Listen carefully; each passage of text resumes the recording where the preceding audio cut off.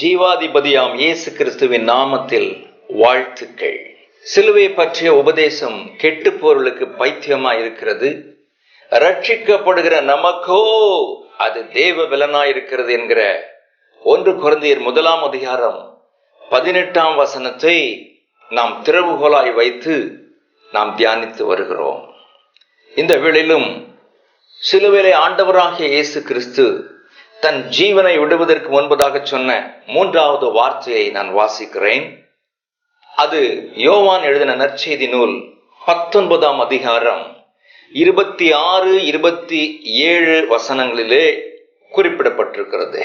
நான் வாசிக்கிறேன். அப்பொழுது இயேசு தம்முடைய தாயையும் அருகே நின்ற தமக்கு அன்பாயிருந்த சீஷனையும் கண்டு தம்முடைய தாயை நோக்கி, ஸ்திரீயே, அதோ உன் மகன் என்றார். பின்பு அந்த சீஷனை நோக்கி, அதோ உன் தாய் என்றார். அந்நேரம் முதல் அந்த சீஷன் அவளை தன்னிடமாய் ஏற்றுக்கொண்டான் என்று எழுதப்பட்டிருக்கிறது. ஆண்டவராகிய இயேசு கிறிஸ்து சிலுவையிலே தொங்கிக் கொண்டிருக்கும் பொழுது அவரை பெற்றெடுத்ததான மரியாளுடைய உள்ளம் நொறுங்கி போய்விட்டது. மிகுந்த வேதனையோடு இனி அவளுக்கு அழுவதற்கு பலன் இல்லை. ஒரு தாய் என்கிற ஸ்தானத்திலே ஒரு குட்டியை பறிகொடுத்த கரடியை போல கதறிக் கொண்டிருக்கிறாள். ஆண்டவராகிய இயேசு கிறிஸ்து பிறந்த பொழுது ஆசீர்வதிக்கப்பட்ட மரியாள் என்று அவளை வாழ்த்தினார்கள். மிகுந்த மகிழ்ச்சி. இயேசு கிறிஸ்து பிறந்த பொழுது பொன், வெள்ளி, தூப வர்க்கம் ஆகியவைகளை சாஸ்திரிகள் கொண்டு வந்து வைத்து குழந்தையாகிய இயேசுவை கனப்படுத்தின பொழுது தாங்க முடியாத சந்தோஷம். முழு உலகத்தையும் ரட்சிக்கிற இயேசு கிறிஸ்துவை நான் பெற்றெடுத்து விட்டேனே என்கிற மகிழ்ச்சி அவளுக்குள்ளாய் இருந்தது.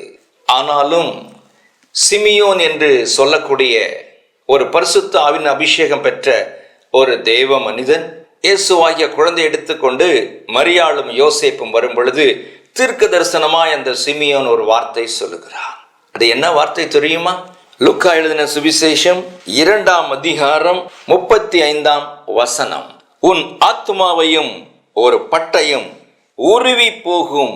உன் ஆத்துமாவை, உன் இருதயத்தை ஒரு பட்டயம் அப்படியே துளைத்து கொண்டு உருவி போய்விடும், ஊடுருவி போகும் என்று சொல்லி சிமியோன் தீர்க்க தரிசனம் சொல்லுகிறார். ஒரு பக்கம் இயேசு கிறிஸ்துவை பெற்றெடுத்ததை குறித்து மரியாளுக்கு சந்தோஷம். ஆனால் இன்னொரு பக்கத்திலே இப்பொழுது நடக்கிற நிகழ்ச்சியை பார்த்த பொழுது அவள் யோசிக்கிறாள். ஒரு சமயத்திலே அவளை பார்த்து ஒரு பெண் விதமாய் சொல்லுகிறாள், ஐயோ, ஆண்டவராகிய இயேசு கிறிஸ்துவை பெற்றெடுத்த அந்த தாய் பாக்கியசாலி. அவருக்கு பால் கொடுத்த அவள் கொடுத்து வைத்தவள் என்று சொல்லி மரியாளை புகழ்கிறாள். அப்பொழுது ஆண்டவராகிய இயேசு கிறிஸ்து என்ன சொன்னார் தெரியுமா? தன் தாயாகிய மரியாளை குறித்து லூக்கா எழுதின சுவிசேஷம் 11 அதிகாரம் 28 வசனத்திலே தன் தாயாகிய அந்த மரியாள் பாக்கியவதிதான், உண்மைதான். ஆனால் அதைவிட ஒரு பெரிய பாக்கியம் என்ன என்று உங்களுக்கு தெரியுமா என்று சொல்லி அந்த கூட்டத்திலே ஆண்டவராகிய இயேசு கிறிஸ்து தெளிவுபடுத்துகிறார். இந்த வசனத்தை நான் வாசிக்கிறேன், கவனிங்கள். அதற்கு அவர், அப்படியானாலும் தேவனுடைய வார்த்தையை கேட்டு அதை காத்து கொள்ளுகிறவர்களே அதிக பாக்கியவான்கள் என்று சொன்னார். தன் தாயை குறித்து சொல்கிறார். என்னை பெற்றெடுத்ததினாலே அவள் பாக்கியசாலி, உண்மைதான். ஆசீர்வதிக்கப்பட்டவள், உண்மைதான். உலகம் உள்ளளவும் மரியாளுடைய பெயர் உச்சரிக்கப்படும், உண்மைதான். அவளுடைய அர்ப்பணிப்பு, அவளுடைய தியாகம் யாரும் மறக்க முடியாது. ஆனால் மரியாள் தெய்வம் அல்ல. மரியாளுக்காகவும் ஜீவனை கொடுத்த அந்த ஆண்டவராகிய இயேசு கிறிஸ்து பேசிக் கொண்டிருக்கிறார். ஸ்திரீயே, ஸ்திரீயே, உன் துக்கம் எனக்கு தெரிகிறது. தன் அம்மாவை பார்த்து சொல்லுகிறார், இந்த உலகத்திலே உன்னை ஆறுதல் படுத்துவதற்கு உலக பிரகாரமாய் பிறந்த ஒரு மகன், என்னுடைய சீஷனாகிய யோவானை உனக்கு துணையாக தருகிறேன். உன் மகனாக ஏற்றுக்கொள். இனி நீ என்னிடத்தில் வர வேண்டுமானால் தேவனுடைய வார்த்தைகளை கேட்டு அதன்படி நீ நடந்தால் மாத்திரம்தான் நீ அங்கே வர முடியும் என்று சொல்லி தன் தாயை குறித்து சொல்கிறார். தாய் பாசம் உள்ளவர், தாயை நேசிக்கிறவர், மரியாளுக்கு பரலோகத்திலே ஒரு இடத்தை ஆயத்தம் பண்ணினவர் சொல்கிறார், நீ ஆண்டவருடைய வார்த்தைகளுக்கு கீழ்ப்படிந்து அந்த கர்த்தரை ஏற்றுக்கொண்டால் மாத்திரமே நீ பாக்கியவதியாய் மாற முடியும் என்று சொல்கிறார். யோவான் எழுதின சுவிசேஷம் 2ஆம் அதிகாரத்தில் உங்களுக்கு தெரியும், ஒரு கல்யாண வீட்டிலே முதல் அற்புதத்தை என் ஆண்டவராகிய இயேசு கிறிஸ்து செய்கிறார்.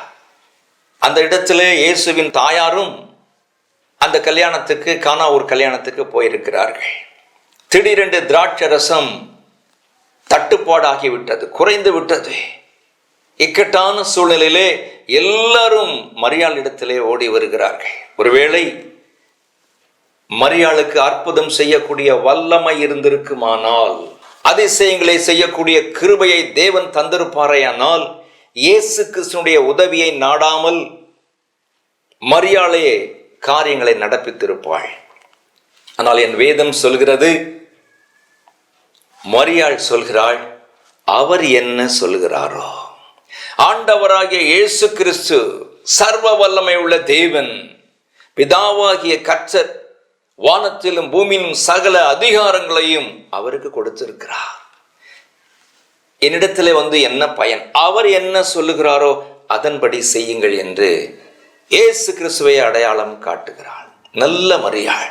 ஆனால் இன்றைக்கு ஜனங்கள் மரியாளை குறித்த தெளிவு இல்லாததினாலே மரியாளை தெய்வம் என்று யோசித்துக் கொண்டு தடுமாறிக் கொண்டிருக்கிறார்கள். மறுபடியும் சொல்கிறேன், மரியாள் ஆசீர்வதிக்கப்பட்ட, தேவனால் தெரிந்து கொள்ளப்பட்ட ஒரு பாத்திரம், விலையேற பெற்ற பாத்திரம்.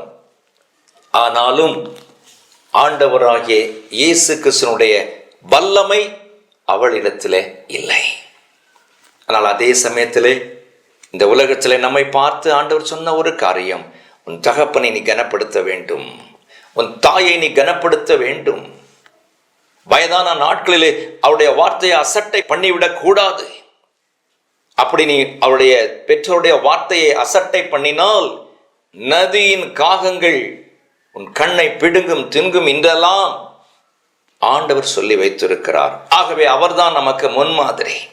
அவருடைய அடிச்சுவடுகளை தான் நாம் பின்பற்றுகிறோம். அவர் சொல்லுகிறார், ஸ்திரீயே, அதோ உன் மகன்.